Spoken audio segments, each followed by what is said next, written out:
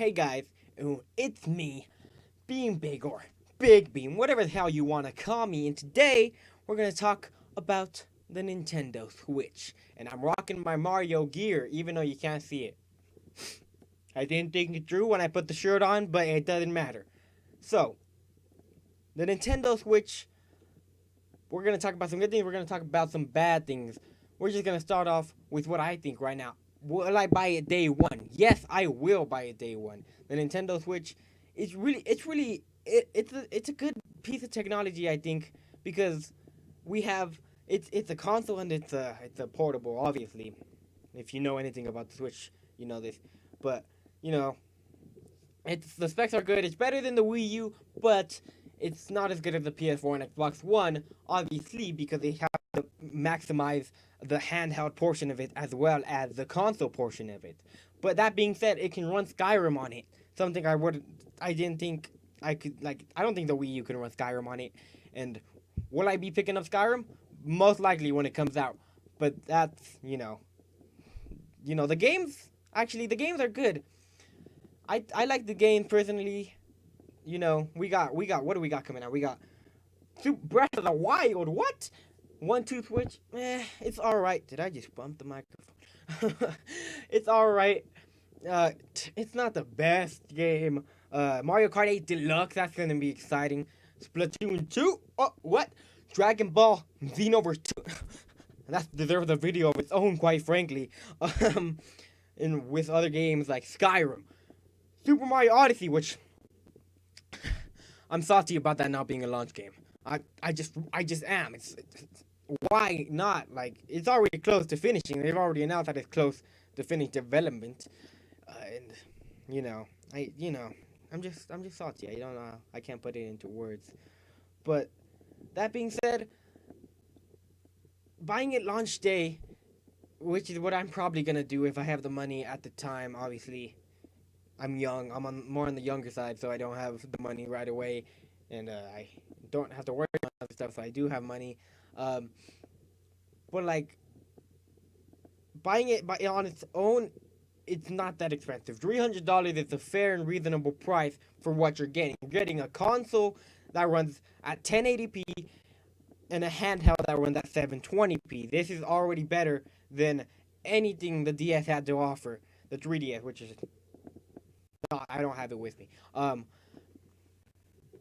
And so which is okay. And then you gotta buy a game on launch, but the launch games aren't even that good if you buy it launch day. That's one of the problems of buying it launch day. The games you got Zelda Breath of the Wild, which is a great game. Don't get me wrong. I'm gonna buy it, and I've been waiting for it since they announced it. But it's coming out on the Wii U as well, so it's not really, it's like really okay.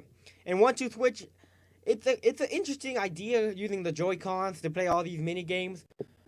But I'd rather it be bundled. It's not bundled with $50,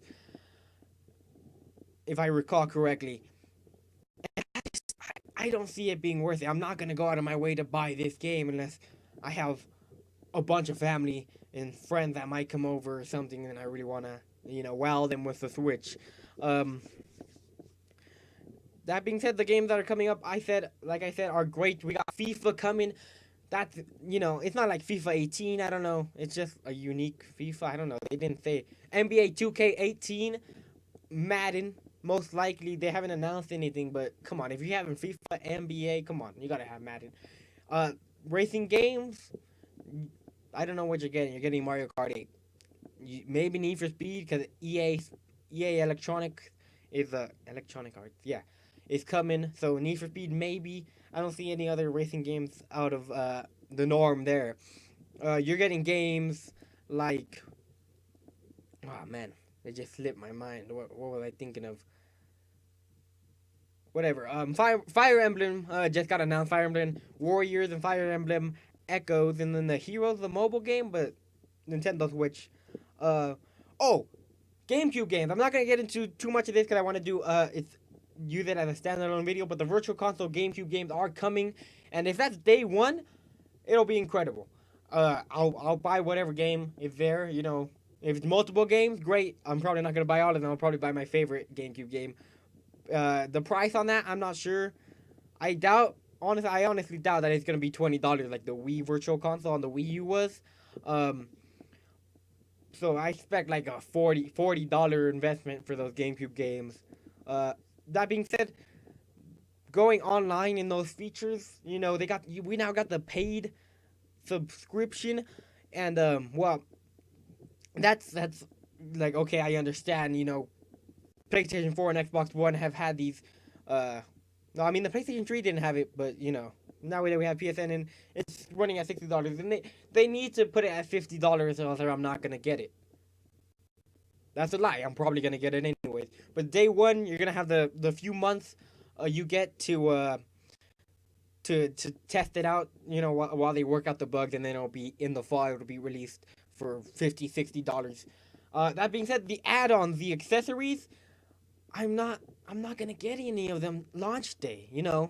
I really want to play Zelda with a comfortable controller, but the Joy Cons are comfortable enough from what I've heard, and I don't really want to invest in a Pro controller. I just invested in a Pro controller for the Wii U that I got used for $40.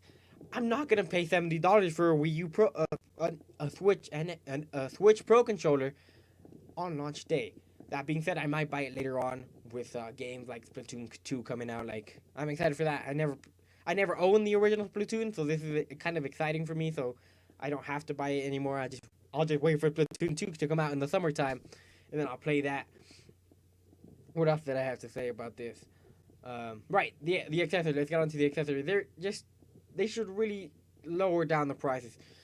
You got the charging grip, which, there's a grip bundled in with this, but it doesn't charge. Like, there's no USB, probably USB Type C, honestly. That rhymed.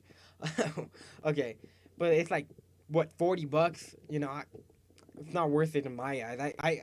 I'm gonna try to get the cheapest experience here, but for those of you who have money, go for it. And, also, I was want, like, so you can get a PS4 Slim and a Xbox One S for $250 each, and they come with a game. Granted, the games aren't that good. I think the Xbox One S comes with a Minecraft bundle, and I think the PS4 Slim comes with an Uncharted 4 bundle. And Uncharted 4 is a great game, don't get me wrong, but it's Uncharted 4. I don't know what else to say about it. Maybe people don't want those games. You're gonna have to go out and buy some games for 50, 40, like, Black Ops 3, shooting games like that, Rainbow Six Siege, will run you like 60 new and like 40 used, which is still like a big jump.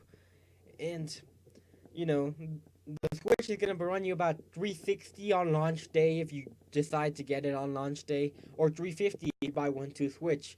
But if you're a gamer, why would you buy 1-2 Switch? Honestly, if you have the money, go for it. If you have a lot of friends, go for it.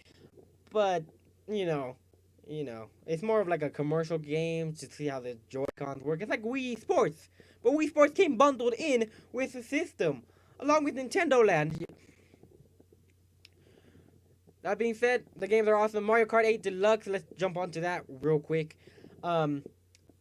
If you bought Mario Kart and you bought all the DLC, it may not be worth it. It may not be worth the full game price. I believe it sells for $60. April 28th. So you're gonna have to wait a month after the Switch comes out. And well, it comes with 5 new characters in the new and improved battle mode, which is fun because I really like the battle mode in the old game. So I'm glad they're bringing that back. And will I be getting it? Yes. And that makes me a hypocrite, quite frankly, because I did get the game and I did buy all the DLC, but not exactly. It came bundled in with my Wii U. I got the Wii U Premium, the Pro, for 32 gigs for $300. And then I got Pokken, maybe they might remaster Pokken for the Switch, who knows.